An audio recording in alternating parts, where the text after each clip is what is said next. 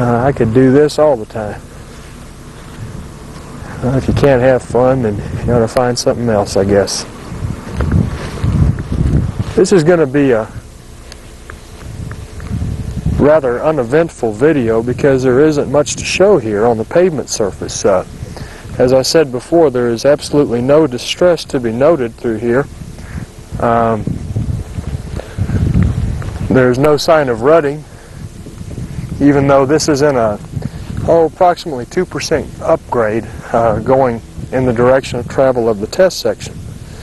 And it's likely, I guess, that if we do start getting some loadings, some heavy vehicle loads, that we'll start seeing rutting advance towards the end of this test section in the future as the heavier traffic will slow going up the hill.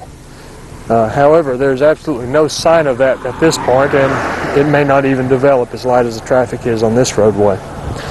What's more interesting is I haven't noted any signs at all at this point of any reflective cracking from the soil cement base up through the 4.5 inches of asphalt.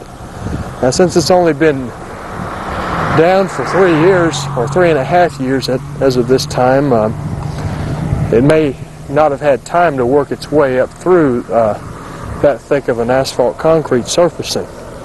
However, I suspect that with time and the cycling of seasons that we'll begin seeing that.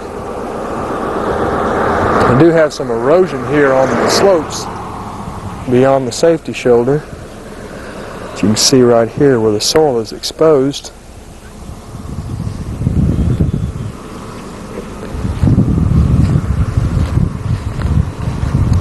What I'm doing here, and you may see this on the film, is a little bit of an experiment. I just want to see how long each of the traffic monitorings lasts out here.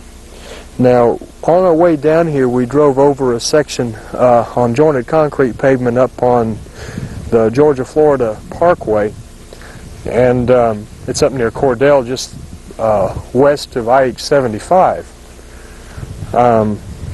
The markings there appeared as they did when we left. There was no problem at all in reading them. The tape was there just as it was when we left it. Judging from the appearance of the markings, we could have been there yesterday.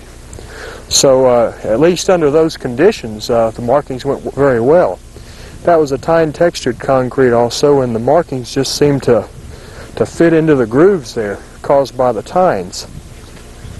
And it's going to be a while before they come up, judging from other markings which Dennis Richardson, who you see up ahead, placed 5 to 7 years ago.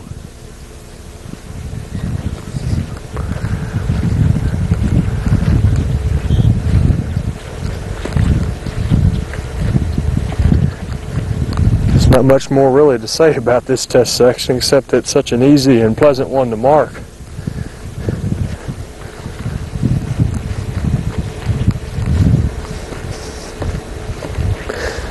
Okay, I'm back to the beginning of the test section, and I'm going to rotate back around to show up towards the beginning of it so that you can get an idea of the topography around here.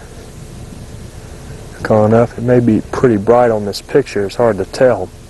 We have a right curve just beyond the crest of the vertical curve up ahead. You may be able to see a sign and not be able to see any of the features on it, but that's what it's showing, is a right curve. But we have, as you could see before, plenty of sight distance leading into the test section. They're going to have to sign it, of course, back on the other side since we have only one lane. They'll have to close off this one and route traffic in both directions over on the other side. But as light as the traffic is here, that shouldn't be a great problem. This ends the video for test section 134096 on State Route 62C, which is the bypass of Blakely, Georgia.